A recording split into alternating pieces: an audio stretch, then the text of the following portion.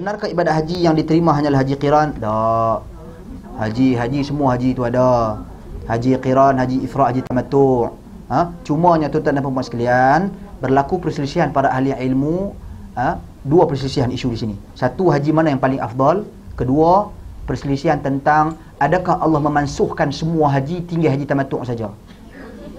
Ya, ada perselisihan tu. Satu, kalau kita nak bicarakan pasal haji yang afdal ni, tuan-tuan dan puan sekalian, kita perlu kumpul semua dalil.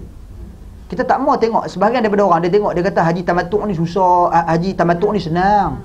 Sampai-sampai tu hampa lepas buat umrah tu hampa boleh rehat, hampa boleh pakai wangi-wangi, hampa boleh pergi berjalan, semua boleh ni, boleh.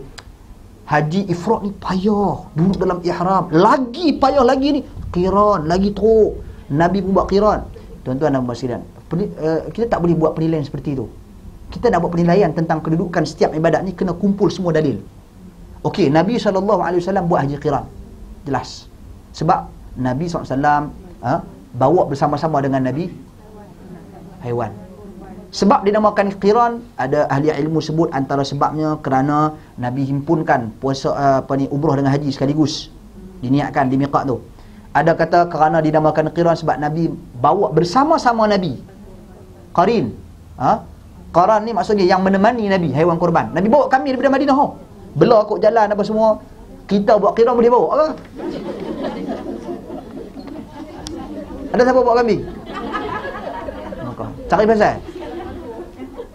Itu satu bab lah. Kemudian Nabi SAW bila sampai di Mekah, setelah selesai sa'i, selesai umrah sa'i, okay, apa kata Nabi pada para sahabat? Siapa yang tak bawa haiwan haji untuk disembelih, maka bertahallullah, berniatlah tadi hampa buat umrah. Jadi tamattu' haji hampa. Okey. Dan Nabi sebut, kalaulah Nabi berazam akan datang nanti kalau sekiranya aku tak bawa haiwan ni, nescaya aku akan buat haji tamattu'. Dan akan datang aku akan buat haji tamattu'. Tapi Allah Subhanahu Wa Taala wafatkan Nabi SAW. Jadi kesimpulannya, haji apa yang Nabi suka nak buat? Tamattu'.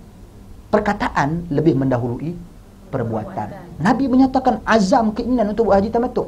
Jadi walaupun dia bersenang, walaupun dia susah, walaupun dia senang, walaupun dia rehat, walaupun dia lapang, tapi ia adalah haji yang digemari oleh Nabi SAW. Maka lebih utama untuk kita buat haji tamattu'. Wallahu a'lam.